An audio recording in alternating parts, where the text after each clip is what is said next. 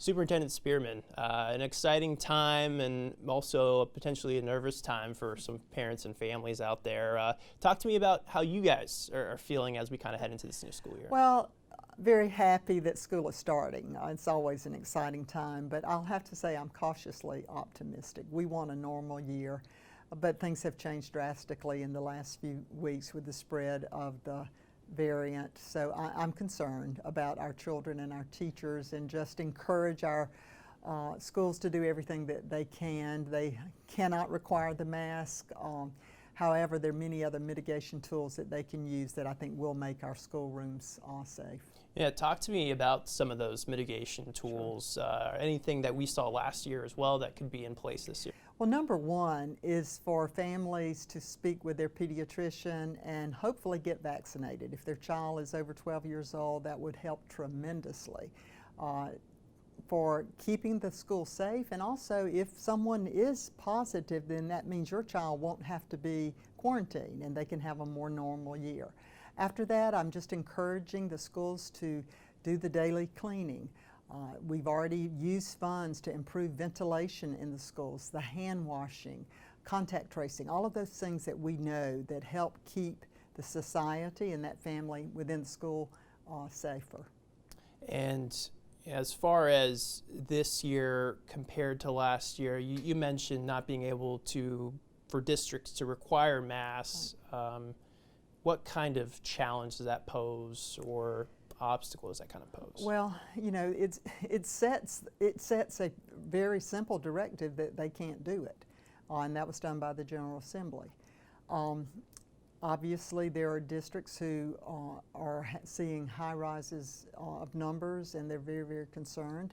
I would not be surprised if there's a district that might challenge that, and I think ultimately this question of who is in charge of the safety of children will be handled in a decision in the courts.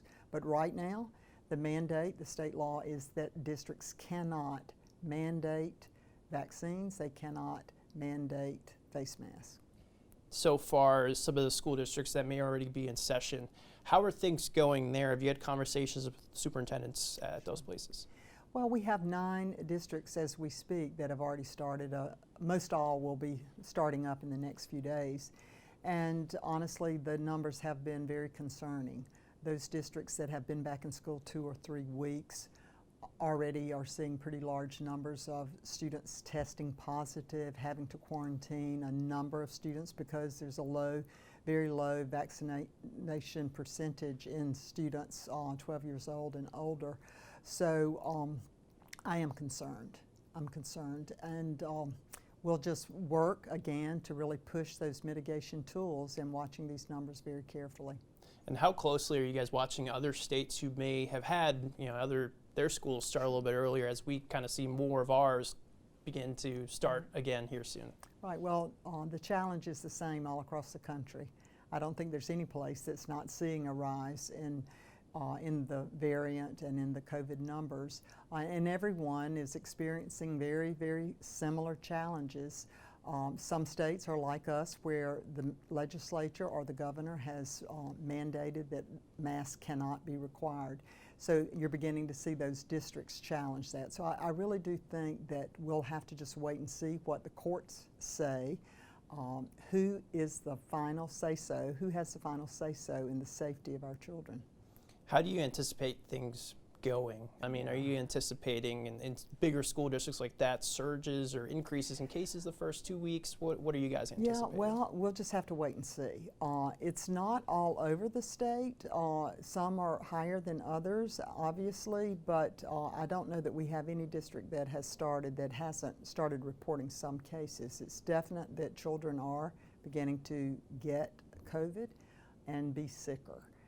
It's very, very concerning. So it makes us, again, for families, just strongly encourage them, if their child is eligible for the vaccine, that they talk with their pediatrician and take advantage, as well as any adult who may not have been vaccinated. We've had so many people take the vaccine. I've had it, my entire family. We had no problems. So I think we have enough people who are participating in the vaccine to know now that it is safe and that it works. You may get COVID with being vaccinated, but the symptoms are much milder, and you will not have to be in the hospital and get very, very sick. So that's what our scientists are telling us, and that's what the research is showing. So again, I just encourage parents to talk with their pediatrician. And another one of those provisos, in addition to that mask mandate not being allowed by, enforced or implemented by school districts, the General Assembly also implemented a 5% cap on virtual learning students. How are you all kind of navigating that, or how are school districts navigating that with maybe students having to quarantine and learn from home? Well, during last year we learned so much about virtual, and I think we're ready to do a much better job. There were some students who flourished and did well, but most did not do real well with virtual. They need to be in the classroom with the teacher. So that's why the General Assembly was really concerned about this and put the limit on. As we're getting back into school now, so far I've not heard no one is at that cap number. Now that could happen, and if they do go over the cap, there is that mandate that they would lose some of their funding. Their funding then for those students would be at the same level that our charter virtual schools receive their funding. So we'll just have to wait and see what happens. But for sure, in the preliminary data, districts were able to manage within the cap. We'll see what happens. Last year, it felt like the goal was to get students back into the classroom in a safe environment.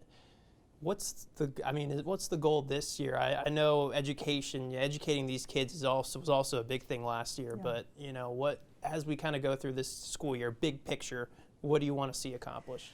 Well, we absolutely have to accelerate the learning for our students. There were many students who were able to go to school 5 days a week all year, so they had a pretty normal year.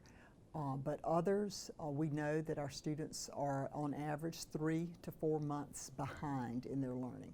So teachers have done a wonderful job. Each district had to turn in an academic recovery plan. How are they going to accelerate that? We don't like to use the word remediate because they never got the learning. So this is about accelerate the learning, get it to them faster, high dosage tutoring.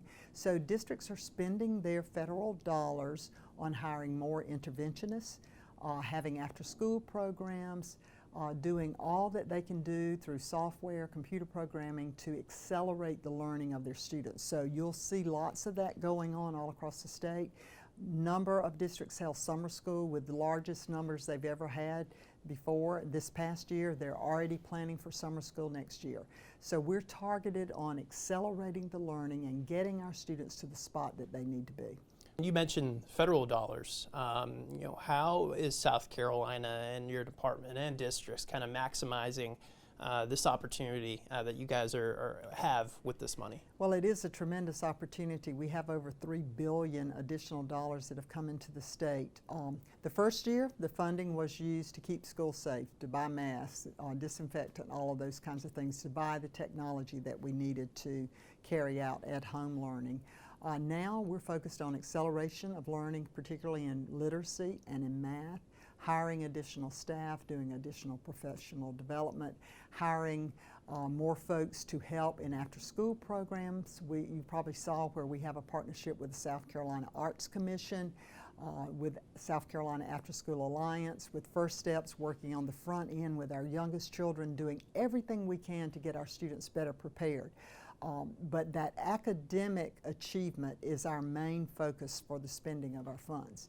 Now, some of our districts needed to improve air quality, ventilation in their schools, even their buildings. So we're working now with those districts that have building needs to get that work done, those plans done, and that work completed. If I'm a parent sitting at home, I'm about to send my child to school and I'm a little worried, what message would you have for me? I would say that we're going to do everything we can to keep your child safe. I would encourage you, again, if your child is eligible for the vaccine, that you go and talk with your pediatrician and consider doing that. After that, your child can wear a mask to school. Masks are optional, but if you feel strongly that that helps, then participate and tell your child to wear their mask at school.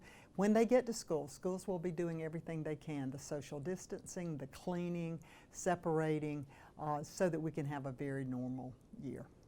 Well, we appreciate your time. Thank you. Thank you.